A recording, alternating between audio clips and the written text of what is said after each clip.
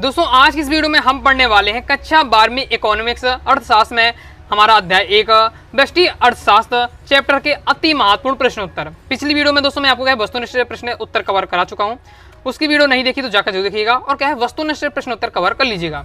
इस वीडियो में हम कहें इंपॉर्टेंट क्वेश्चन आंसर दिखने वाले हैं व्यष्टि अर्थशास्त्र चैप्टर के, तो तैयारी जीत की। अब की बार 95% पार के उद्देश्य हम कहें बेहतरीन तरीके से तैयारी करेंगे। तो सबसे पहले देख लेते हैं अति लघु उत्तरीय प्रश्न उत्तर, क्योंकि इस चैप्टर से आपके 2 नंबर वाले प्रश्न बनते हैं। ओके, तो इसमें देख लेते हैं अति लघु उत्तरीय प्रश्न में पहला है हमारा व्यष्टि अर्थशास्त्र की कोई एक परिभाषा लिखिए, या फिर क्वेश्चन आ सकता है व्यष्टि अर्थशास्त्र को व्यक्तिगत अर्थशास्त्र क्यों कहते हैं। ओके, तो दोनों टाइप से क्वेश्चन पूछा जा सकता है। सिंपल आ जाए व्यष्टि अर्थशास्त्र की परिभाषा बताओ, या फिर क्या है व्यष्टि अर्थशास्त्र को व्यक्तिगत अर्थशास्त्र क्यों कहते हैं। तो आंसर आपको इस प्रकार से बताना है कि है इसमें प्रोफेसर बोल्डिंग के अनुसार व्यष्टि अर्थशास्त्र विशेष फर्मों, विशेष परिवारों, व्यक्तिगत कीमतों, मजूरियों और क्या है आपका आयों, व्यक्तिगत उद्योगों तथा विशिष्ट वस्तुओं का अध्ययन करता है। अर्थात व्यक्तिगत अर्थशास्त्र अर्थव्यवस्था के भागों से संबंधित है। यह अर्थव्यवस्था की व्यक्तिगत इकाइयों का अध्ययन करता है, इसलिए व्यष्टि अर्थशास्त्र को क्या है व्यष्टि अर्थशास्त्र को क्या है व्यक्तिगत अर्थशास्त्र कहते हैं। ओके, और परिभाषा में ये आपकी दी हुई है परिभाषा, ये एक याद कर लीजिएगा। प्रोफेसर बोल्डिंग के अनुसार ये जो परिभाषा दी हुई है आपको, इसको आपको तैयार कर लेना है। यहाँ से लेकर यहाँ तक ये एक परिभाषा दी है, तो ये आपकी हो जाती है व्यष्टि अर्थशास्त्र की परिभाषा। ओके, और इसी के अकॉर्डिंग आपको समझा देना कि व्यष्टि अर्थशास्त्र को व्यक्तिगत अर्थशास्त्र क्यों कहते हैं। ओके, और ये परिभाषा मैंने आपको वस्तुनिष्ठ में भी आपको बताई थी, तो ये आपको परिभाषा अच्छे से तैयार कर लेनी है। ओके, आगे देख लेते हैं। नेक्स्ट आपको क्वेश्चन तैयार करना है व्यष्टि अर्थशास्त्र की कोई 4 विशेषताएं लिखिए। व्यष्टि अर्थशास्त्र की 4 विशेषताएं या क्या है व्यष्टि अर्थशास्त्र को क्या है सूक्ष्म अर्थशास्त्र भी कहते हैं। तो क्वेश्चन आ सकता है व्यष्टि अर्थशास्त्र की 4 विशेषताएं लिखिए, या फिर सूक्ष्म अर्थशास्त्र की 4 विशेषताएं लिखिए। ओके, तो देख लेते हैं, एक एक लाइन में आपको तैयार कर लेना है। ओके, तो कौन कौन सी विशेषता है। पहली विशेषता है कि व्यष्टि अर्थशास्त्र का प्रमुख विषय क्या है, कीमत सिद्धांत का विश्लेषण करना है। दूसरा है व्यष्टि अर्थशास्त्र अर्थव्यवस्था के छोटे छोटे अंशों का अध्ययन करता है। ओके, तीसरा विशेषता क्या है कि व्यष्टि अर्थशास्त्र में वस्तुओं की कीमत, उत्पादन के साधनों की कीमत आदि का अध्ययन किया जाता है। चौथी विशेषता है कि व्यष्टि अर्थशास्त्र का अध्ययन करते समय पूर्ण रोजगार की मान्यता को लेकर चला जाता है। तो ये आपकी दी हुई है व्यष्टि अर्थशास्त्र के 4 गुण कहें, 4 विशेषताएं।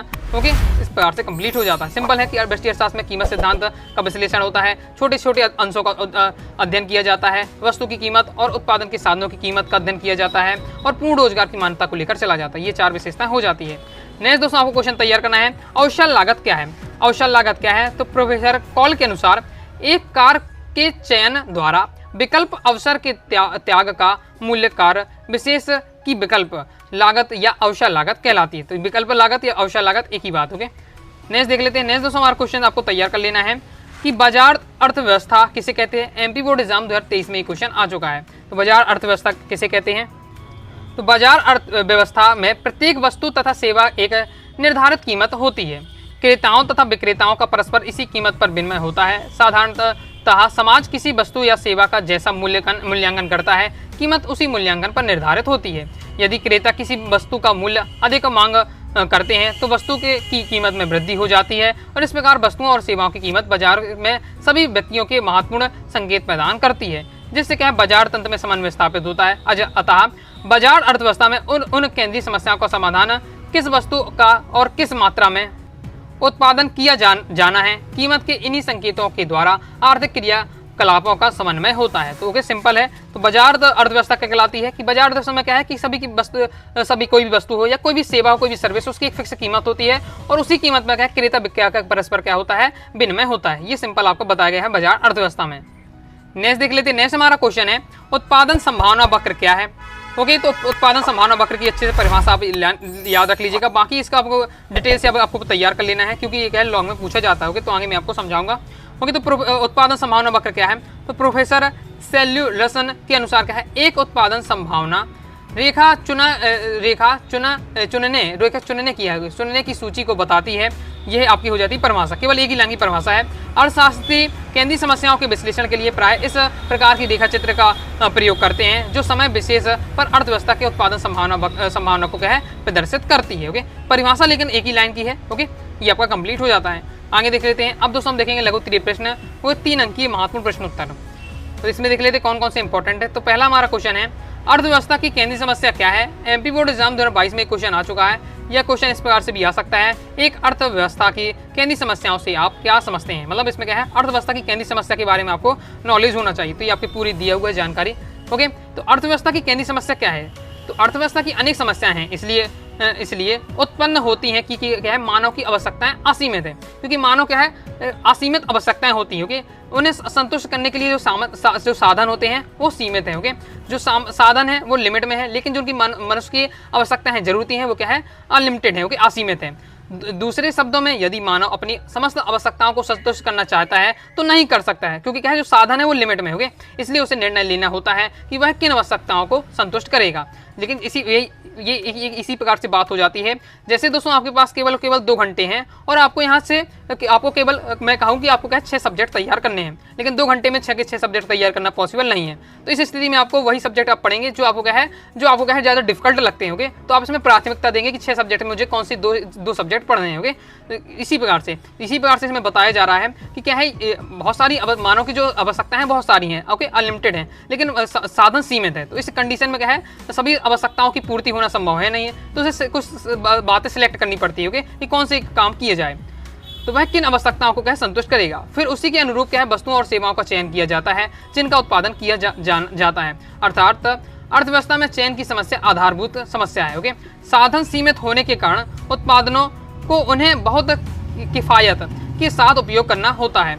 उनके इन व्यवहार को अर्थशास्त्री साधनों का उपयोग की मितव्ययिता का नाम देते हैं। साधनों की मितव्ययिता का उपयोग के संबंध में यह उल्लेखनीय है कि जब भी उत्पादन साधनों को वस्तु विशेष के उत्पादन में लगाता है, तब उसके लिए उन साधनों का दूसरी वस्तुओं के उत्पादन का प्रयोग करना संभव नहीं होता है। ओके, ये आपको जो टॉपिक है, इसे हम उत्पादन संभावना वक्र में और अच्छे से आपको समझ में आ जाएगा। ओके, इस प्रकार उत्पादनों किस आवंटन से संबंधित व्यवहार का भी चयन पक्ष होता है। साधनों की सीमितता से उत्पन्न मूल आर्थिक समस्या, जिसे अर्थशास्त्रियों ने कहा है चयन की समस्या कहा है, दरअसल अर्थव्यवस्था की उन केंद्रीय समस्याओं की तरह ही होती है। ओके, और इसी समस्या को, अर्थव्यवस्था की जो केंद्रीय समस्या है, इन्हीं समस्या को समाधान करने के लिए क्या बना है, उत्पादन संभावना वक्र बना है। ओके, आगे देख लेते हैं। आगे बढ़ने से पहले दोस्तों मैं बताना चाहता हूं, अगर दोस्तों आप क्लास 12 इकोनॉमिक्स सब्जेक्ट की बेहतरीन तरीके से तैयारी करना चाहते हैं कम समय में, ओके, और पूरा क्या मटेरियल आप प्राप्त करना चाहते हैं, all chapter PDF notes, all chapter important question answer, all chapter objective, previous year paper with solution, model paper, question bank solution, जिससे आप क्या अच्छे से आप तैयारी कर सकें। ओके, तो आप क्या है, अनुराग सारी क्लासेस के क्लास 12 इकोनॉमिक्स के कोर्स को ज्वाइन कर सकते हैं। कोर्स को ज्वाइन करने के लिए दोस्तों आपको 90 39 53 44 89 दिए गए व्हाट्सएप नंबर पर मैसेज आपको करना है। ओके, और जानकारी आप प्राप्त कर सकते हैं बिल्कुल नाम मात्र फीस में। आपको क्या है, बेहतरीन तरीके से पूरा मटेरियल आपको मिल जाएगा, पीडीएफ के रूप में रहेगा, तो कम समय में आप क्या है तैयारी कर पाएंगे। नेक्स्ट देख लेते हैं। नेक्स्ट दोस्तों आपको क्वेश्चन तैयार करना है, व्यष्टि अर्थशास्त्र और समष्टि अर्थशास्त्र में अंतर। एमपी बोर्ड एग्जाम 2022 में क्वेश्चन आ चुका है। ओके, व्यष्टि अर्थशास्त्र और समष्टि अर्थशास्त्र में अंतर इस प्रकार से आपका दिया हुआ है, तो कम से कम आपको क्या है 4 से 5 पॉइंट आपको तैयार कर लेने हैं। तो व्यष्टि अर्थशास्त्र में क्या है, एक छोटे अंश का अध्ययन किया जाता है। ओके, एक इकाई का अध्ययन किया जाता है, जबकि समष्टि अर्थशास्त्र में क्या है, संपूर्ण आर्थिक प्रणाली का अध्ययन किया जाता है। ओके, व्यष्टि अर्थशास्त्र में क्या है, वस्तुओं की कीमत, उत्पादन के साधनों की कीमत आदि का अध्ययन किया जाता है। समष्टि अर्थशास्त्र में क्या है, कुल रोजगार, कुल निवेश, राष्ट्रीय आय, कुल उत्पादन आदि का अध्ययन किया जाता है। ओके, व्यष्टि अर्थशास्त्र में योग के टुकड़ों का विभाजन करने की क्रिया का संपन्न होती है। ओके, मतलब इसे किसी भी टॉपिक को क्या छोटे छोटे टुकड़ों में तोड़ा जाएगा, फिर उन छोटे छोटे टुकड़े हैं उनको तैयार किया जाएगा। जबकि समष्टि अर्थशास्त्र में क्या है, का आधार क्या है, योग करने की क्रिया होती है। ओके, सूक्ष्म अर्थशास्त्र का प्रमुख विषय, सूक्ष्म अर्थशास्त्र का है, व्यष्टि अर्थशास्त्र का एक ही बात है। तो विषय, प्रमुख विषय क्या है, कीमत सिद्धांत का विश्लेषण करना है। जबकि समष्टि अर्थशास्त्र का जो आपका प्रमुख विषय है वो राष्ट्रीय आय व रोजगार का विश्लेषण करना होता है। व्यष्टि अर्थशास्त्र में व्यक्तिगत फर्मों, उद्योगों व उत्पादन की इकाइयों का उतार चढ़ाव की व्याख्या होती है। मतलब क्या है, फर्मों, उद्योगों और उत्पादन की इकाइयों का अध्ययन किया जाता है। जबकि समष्टि अर्थशास्त्र में संपूर्ण अर्थव्यवस्था का उतार चढ़ाव, आर्थिक मंदी, अवसाद व आर्थिक तेजी की क्या व्याख्या की जाती है। बिल्कुल सिंपल दिया हुआ है व्यष्टि अर्थशास्त्र समष्टि अर्थशास्त्र में अंतर। ओके, जान लेते कि व्यष्टि अर्थशास्त्र समष्टि अर्थशास्त्र क्या है, किन किन टॉपिक का अध्ययन किया जाता है, बस वही आपको बता देना है। ओके, पॉइंटों के माध्यम से कंप्लीट हो जाता है। नेक्स्ट देख लेते हैं दीर्घवृत्तीय प्रश्न उत्तर। ओके, अब दीर्घवृत्तीय में अगर आपसे आते हैं दीर्घवृत्तीय यानी 4 नंबर। ओके, तो इसके मैं आपको 2 इंपॉर्टेंट है चैप्टर से, वो मैं आपको बता रहा हूँ। तो पहला आपको तैयार कर लेना है, सकारात्मक आर्थिक विश्लेषण से आपका क्या अभिप्राय है। ओके, एमपी बोर्ड एग्जाम 2023 में आ चुका है, एमपी बोर्ड एग्जाम 2024 में क्वेश्चन आ चुका है। ओके, ये 3 नंबर में भी आ सकता है, 4 नंबर में भी आ सकता है। सकारात्मक आर्थिक विश्लेषण देख लेते हैं क्या है। तो सकारात्मक आर्थिक विश्लेषण से आशय उस विश्लेषण से होता है जिसमें हम अध्ययन करते हैं कि विभिन्न तंत्र किस प्रकार से कार्य करते हैं, कोई भी जो सिस्टम होता है वो किस प्रकार से वर्क करता है, ये हम चेक करते हैं। ओके, यह विश्लेषण विभिन्न आर्थिक तंत्र के क्रियाकलापों का मूल्यांकन करता है। उदाहरण के लिए ओके, ये हो जाता आपका हो जाता सकारात्मक आर्थिक विश्लेषण के बारे में 2 लाइन। फिर उदाहरण के माध्यम से आपको समझा देना है कि जब भी हम कहते हैं कि मांग बढ़ने से क्या है, मांग की मात्रा में कम हो जाती है और कीमत कम होने से मांग की मात्रा बढ़ जाती है, तो यह सकारात्मक आर्थिक विश्लेषण कहलाता है। 2 नंबर या 3 नंबर में केवल आप इस तरह लिख सकते हैं, आपके लिए पर्याप्त। होगा। सकारात्मक विश्लेषण क्या है?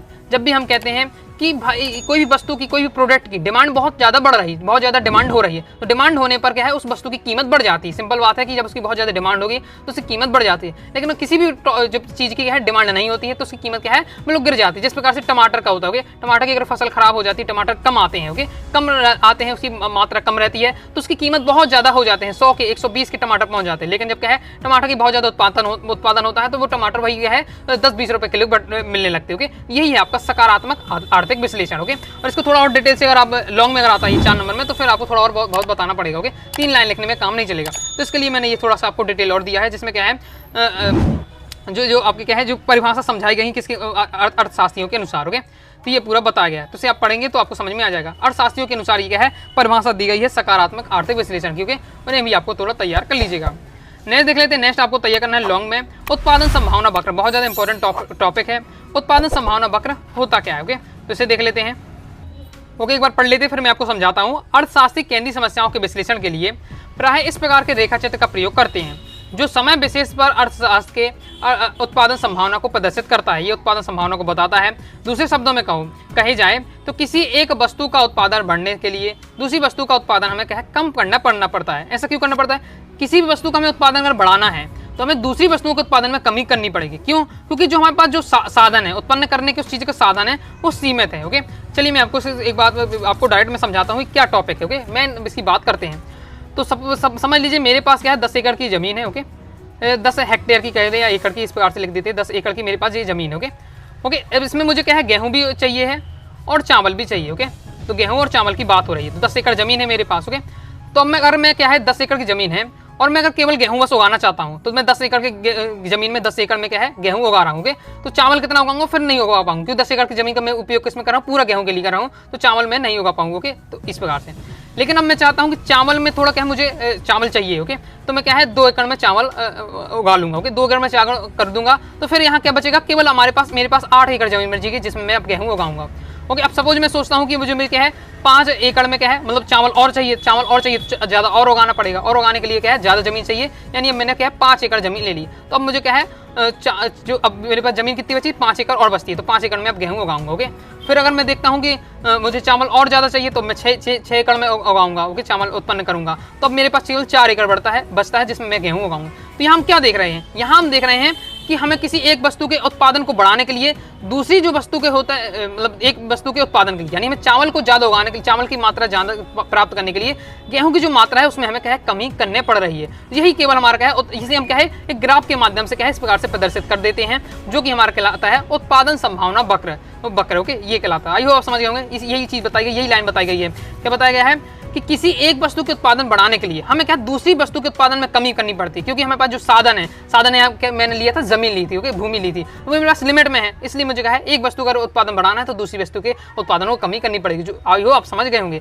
ओके, बस इसे क्या है ग्राफ के माध्यम से दर्शा देते हैं, जिसे हम कहते हैं उत्पादन संभावना वक्र, क्योंकि उसमें क्या है हम प्रेडिक्शन करते हैं, संभावना करते हैं, इसलिए उसे क्या नाम पड़ जाता है उत्पादन की संभावना का वक्र बनाते हैं। ओके, यही आपका समझा गया। ओके, तो उत्पादन के इन विकल्पों को उत्पादन संभावना वक्र कहा जाता है। उत्पादन संभावना वक्र आर्थिक विश्लेषण का क्या है महत्वपूर्ण यंत्र है। आर्थिक समस्या का उत्पादन संभावना वक्र द्वारा क्या है प्रदर्शित किया जाता है। ओके, अब परिभाषा भी देख लेते हैं। तो परिभाषा दी हुई आपको तैयार कर लेना है। प्रोफेसर सैल्यूसन के अनुसार एक उत्पादन संभावना वक्र है वो संभावना रेखा चुनावों की सूची है। यहाँ हम क्या देख रहे हैं चुनावों की एक प्रकार से सूची बना रहे हैं कि अगर मैं इतने उगाता हूँ तो कितनी कमी हो जाएगी, कितना अगर इस चावल की वृद्धि करता हूँ तो गेहूं में क्या कमी आएगी, तो हम ये क्या है प्रेडिक्शन कर रहे हो। ओके, तो ये संभावना की सूची बना रहा है, तो ये कहलाएगी। तो एक लाइन में आपको इसकी जरूर परिभाषा तैयार कर लीजिएगा। उत्पादन संभावना वक्र की एक वाक्य नहीं आती लघु तो ये पूछा जा सकता है, जैसे कि मैंने आपको बताया। ओके, बाकी ये क्या है थोड़ा एग्जाम्पल के साथ ये चीज़ समझाई गई है जो मैंने आपको यहाँ लिखा हुआ। ओके, पढ़ के आप देख सकते हैं।